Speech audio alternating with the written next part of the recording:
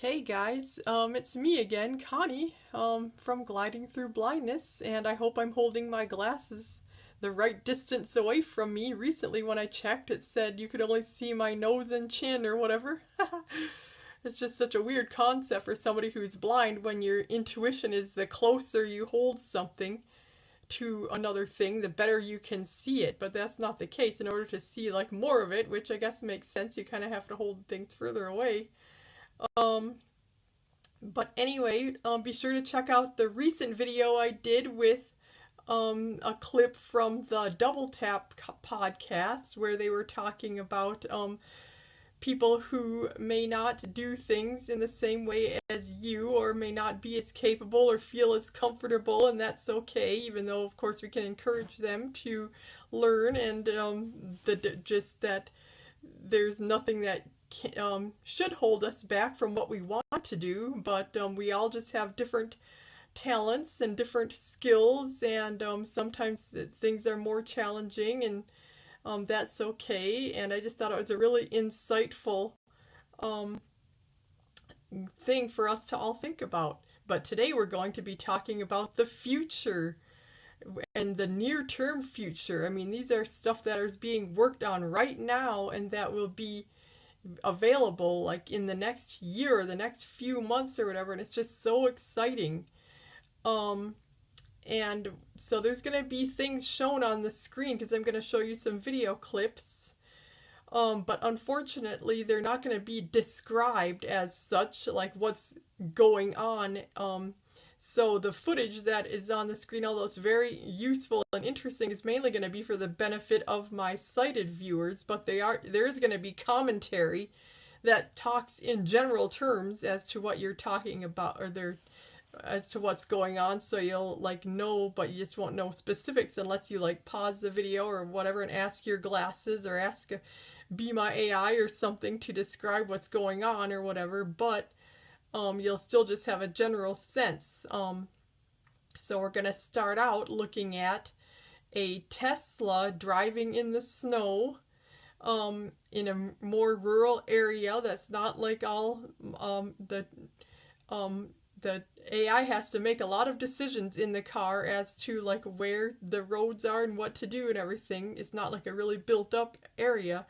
And of course, there's always going to be naysayers that like move the goalposts, and whatever it accomplishes, we're tempted to think of the one thing it still can't do. But just remember, this is the worst it's ever going to be. It's only going to get better from here. And so, and of course, they can't show everything that's capable of in this one video, and I'm just going to show you a few minutes of it. And there is commentary throughout, like I said, so the commentary itself is just interesting as far as what is happening with this is the latest version of the full self-driving. So I'm going to start with that, and then we're also going to talk about robots and people that are like paralyzed or otherwise disabled, and there's going to be a lot of really cool stuff that I'm going to show you. But here is the Tesla feature. Okay, so he's just driving right now. I'll comment a little bit on the... I might actually cut my video so it starts with this drive. So I feel like this is more interesting then. So this is not a paved road. It's not going too quickly. You know, it says the speed limit's 30, but there really isn't much of a posted speed limit here. So it's just adapting to whatever the conditions are. This is Sawyer Merritt, by the way. He's a big Tesla guy in the space. And tell me, you guys, if I should do something better in future so you can see better, like sit further away or the lighting or whatever. Because otherwise I won't know. I'm actually going to change it to a curbside drop-off, just so we don't pull into the person's house. There we go. He had it set for driveway at first. It selected a driveway. He just picked unknown destination or something like that, so this is somewhere he's never been before, and the car's never been. This is cool, man. The fact that cars can do this now, or Teslas rather. So this is the drop off here. Hey, Meta. Yeah, I just want to make sure the video's still running. There we go. Cool. Alrighty.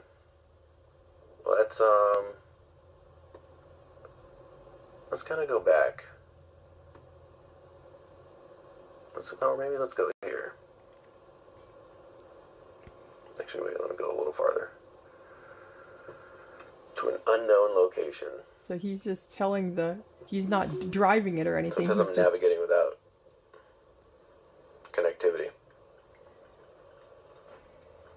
He's just Again, I gotta clean that doing stuff on the app or on the screen, telling it what he wants to do. The wipers still need to get a little better in terms of knowing when to wipe. Vision only system over the years, but I think there's still some room for improvement.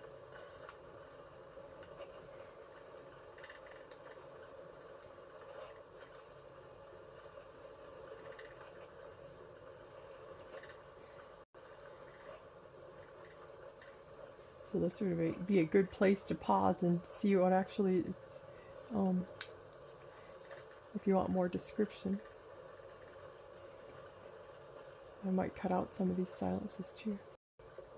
Tesla is launching and it started to roll out a free 30-day trial of FSD version 14 for all Hardware 4 owners who have not purchased FSD. And this is for everyone in North America.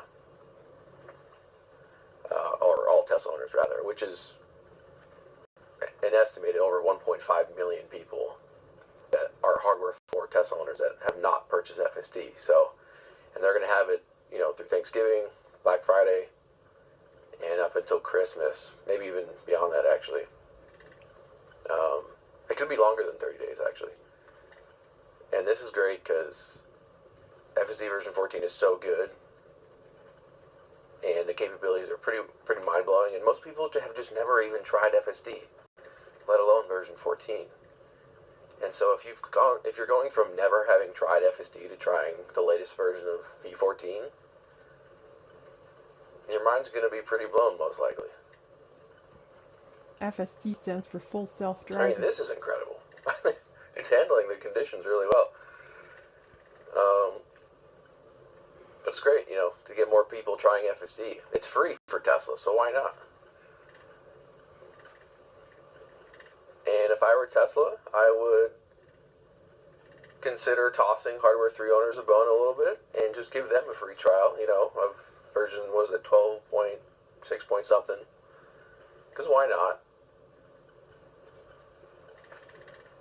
They've been waiting, and I know it's not the latest version of FSD, but yeah, if you have older cars, they can't use the latest version, so yeah. Why not? But yeah, people won't go back once they're and then used also to today not driving. We got news that for the first time ever, Tesla's giving FSD ride-alongs in Europe. So it's going to start out in Italy, Germany, and France, and there will be a Tesla employee in the driver's seat. So it'll be kind of similar, not quite, but sort of similar to Tesla's ride-hailing service in California, where there's a Tesla employee in the driver's seat. But it won't be like a ride-hailing service in Germany. You'll just go for, I don't know, maybe a 30 or 60-minute drive. And you'll sit in the passenger seat and get to experience FSD on your local roads for the first time, which is pretty cool. And from my understanding, since those went live last night, all of the sessions have been booked up.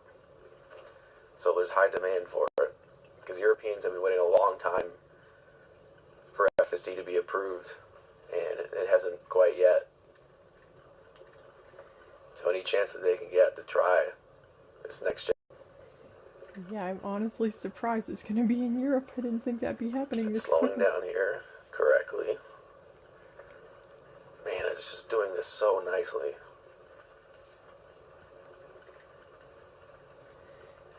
And now they're even allowing you to text and drive, so you can be doing stuff on your phone. Is better than most people do. A lot of people, especially if you're local and you're used to, you have a lot of experience with winter roads, that doesn't mean that you should drive quicker than you should. And a lot of people do, and that can often get them into trouble, sliding around or causing accidents or, sliding off the road or whatever. But that's the sort of the beauty of FSD. It's not going to do what it shouldn't. It's going to follow the rules. Now keep in mind, like this speed limit thing, it's not accurate because there isn't a posted speed limit here. So it kind of just puts whatever. But the car knows that it's not supposed to go 55, so it's going closer to 20. Alright, so we're coming to a stop here. Let's see if there's any sliding. No. It's taking that really nicely. Nice steady stop. It's creeping out. Any sliding here? A little bit. With a little bit of a counter steer to offset that. So it handled it well. See, this is what I'm talking about, like the windshield stuff. It's hard for it to see that just because it's not right where the camera is. So they're going to have to work on that. So we'll get to our destination in after 6 minutes here, and then that'll be the end of the video. Okay, so I'm not going to show the whole Yeah, excited thing. for Europeans, at least some of them, to try out FSD. There's going to be more countries added beyond Italy, Germany, and France, so be on the lookout if you're in other European countries for FSD ride-alongs.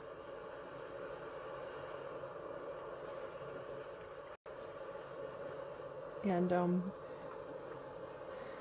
I forgot what I was going to say, but just once people try it, a lot of times they've tried it way back in the day when it wasn't nearly as good and they're afraid to try it again. But once it's obvious to anybody now that it's really, really good, safer than most people. Earlier, where we took that left there. And you can have different speeds. We're going to go straight through this time. He's just using the standard speed right now, but you can go like Mad Max, which is where it's even faster.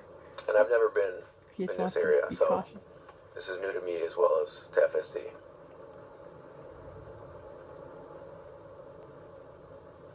All that many people that own Teslas that also own FSD or subscribe to it have even used FSD in this area ever, even during the summer months. No, it's not a well-traveled area at all. But I could be wrong. Hey, little horse.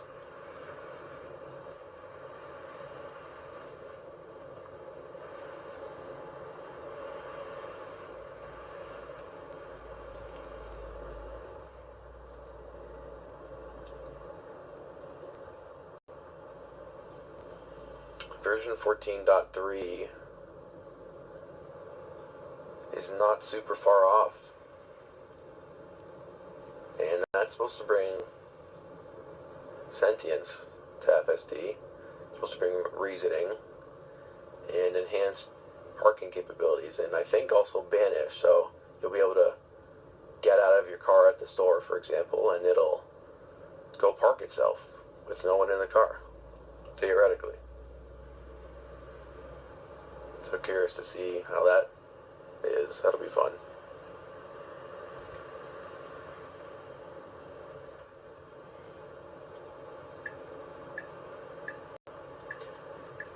By the way, the people that are getting the free trial, they're being notified of it through email and through in-app notifications. But they're being sent version 14.2.1, which is what I'm using right now. So they also have the latest version of FSD. But just imagine how less stressful that makes long road trips and stuff when you can just let the car do its thing. People are always amazed at what 3 minutes away. I love how it just says unknown location where I dropped the pin. You just kind of drop the pin somewhere on a route, not a particular address or anything.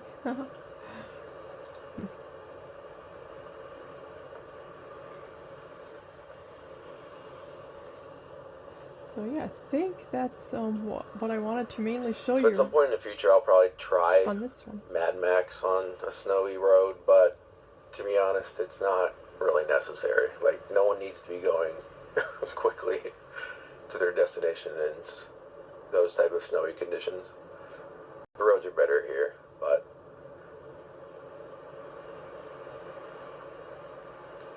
I just want to get more comfortable on V14 with the lower or slower modes first.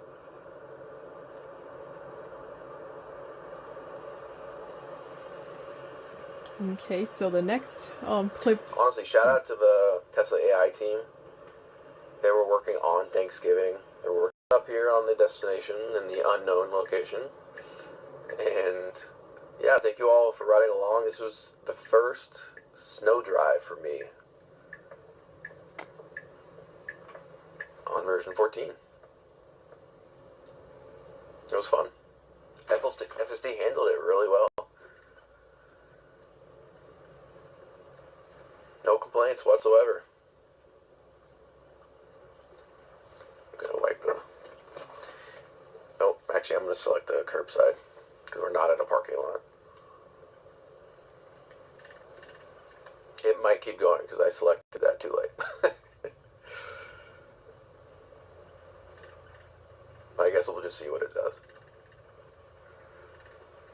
It probably, yeah, it's just gonna go to the end. Alright, that's something maybe they can work on. Alright, I'm gonna disengage here. Pull over, because I do have to get going, actually. Thank you all for tuning in. I'll see you guys in the next video. We'll see what that is. Take care. Okay, so here is a clip now of Nick Ray, who has ALS, and he is Neuralink's, I believe, 8th patient. There's 13 patients now altogether, and they're going to be expanding to Canada and Europe in the next couple months as well. So yeah, this isn't just for stuff here in for the folks in the United States. It's going to be eventually worldwide, but they're already starting to branch to other locations and whatnot. And he's going to just talk about some of his experiences, what the Neuralink has done for him in the music world, and the digital space and stuff like that, with the studio work that he did before, and now he's able to do it again, and then we'll go from there. And just being able to do, like, several of my hobbies were digital before ALS. I do digital design. I did audio engineering with Logic Pro, and writing and researching, and to be able to do a lot of those things, you need a certain amount of dexterity in the digital realm.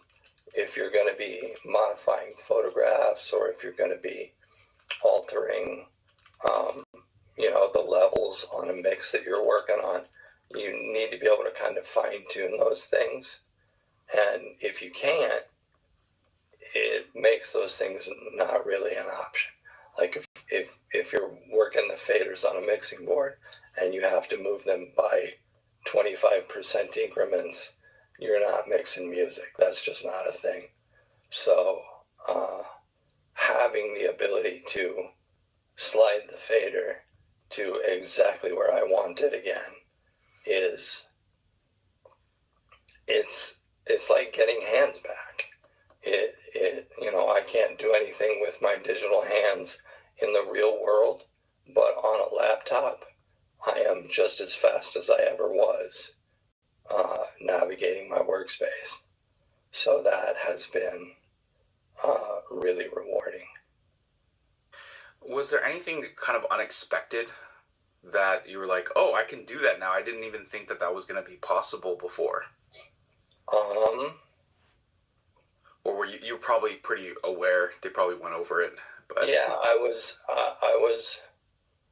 pretty aware of almost everything I was going to be able to do. I think the things that surprised me was not that I was able to do things, but how quickly I was able to do things. Beginning like day 3 of being able to use my implant, I used a beat sequencer, and that was just mind-blowing to me. I've been driving this for 2 days, and I gave it a shot on a whim. that clip was not prepared. It was just, yeah, why not? Let's go for it. And I could do that. And then with the robot arm, the video of me gesturing with the cup, that was on day 3 of using a robot arm.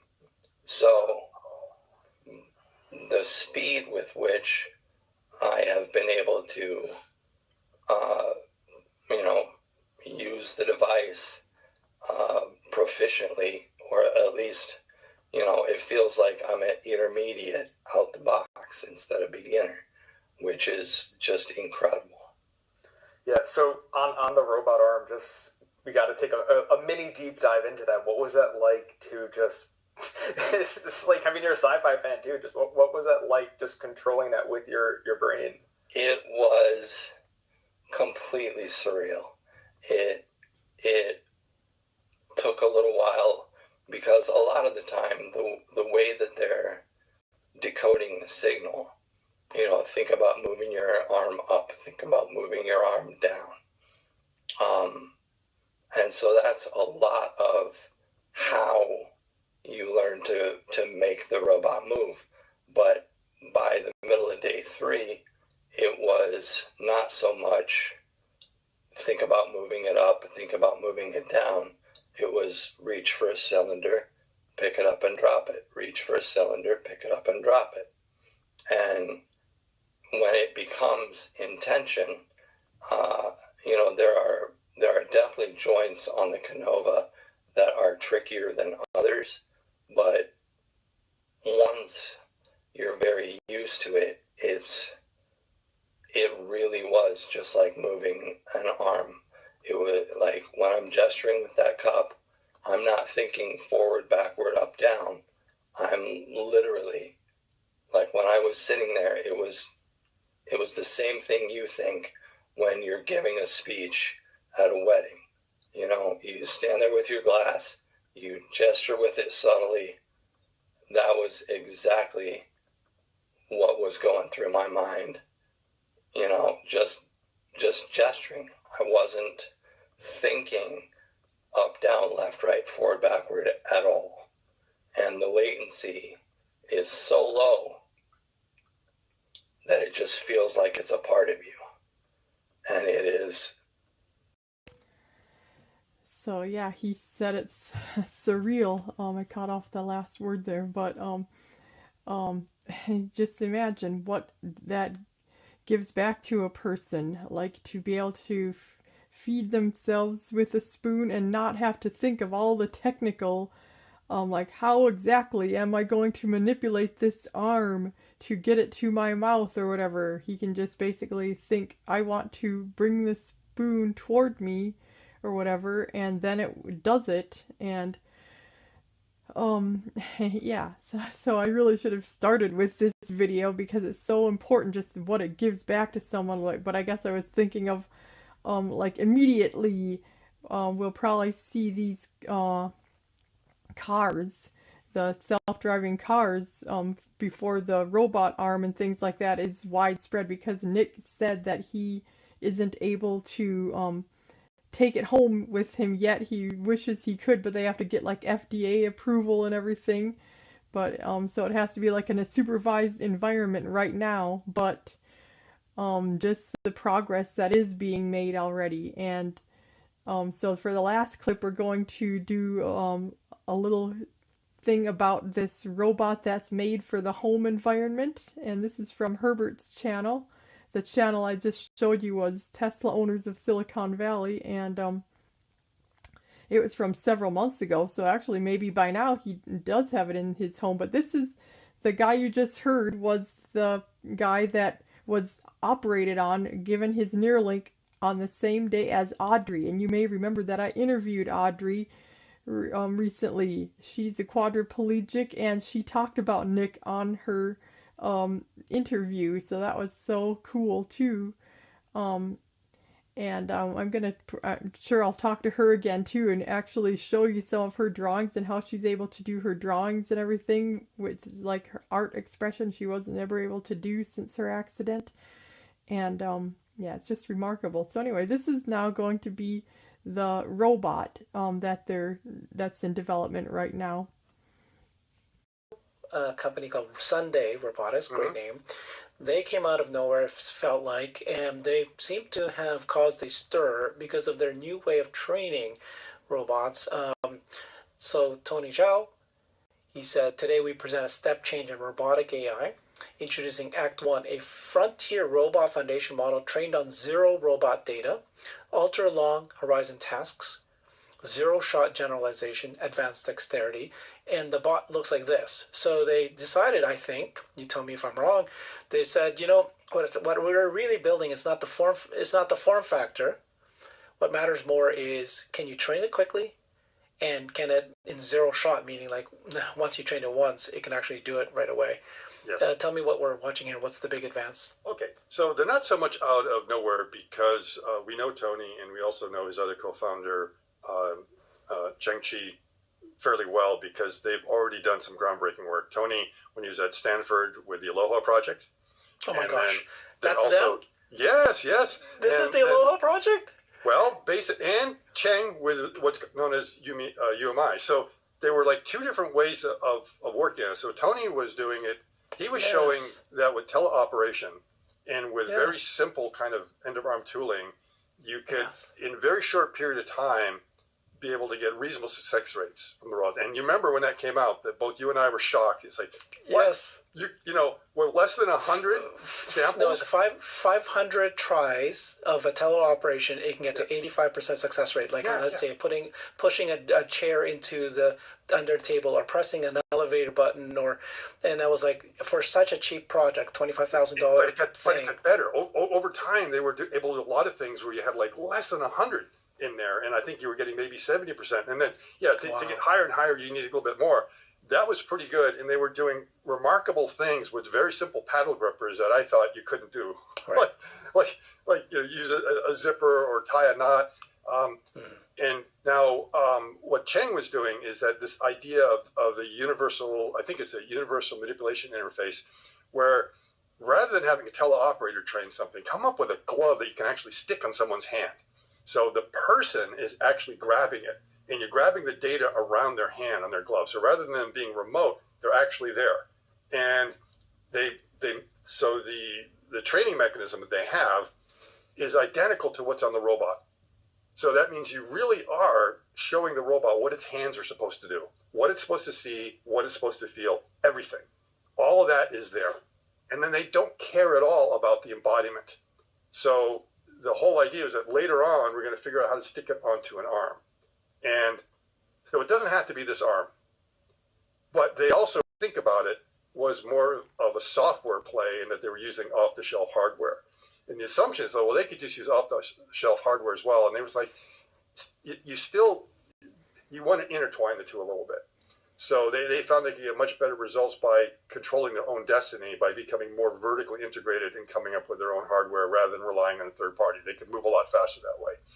And so there's no teleoperation that's been done in the training at all. It's just basically hands floating in space, if you want to think about it, with someone with a mounted camera on their head. So that's all the robot has to do is sort of duplicate the head position and the hand positions, and then they figure out with the kinematics how to do it. Very clever solution for mobility that will cover like 80% of the use cases in the home. You're going to hear complaints, but it doesn't do stairs. And my response to it is like, if you're complaining about it can't go up the stairs, then you must be really impressed because, that means it's doing everything you want it to do. You just wish it would do the floor up above. So that's a minor complaint. The first thing is being able to do tasks like this.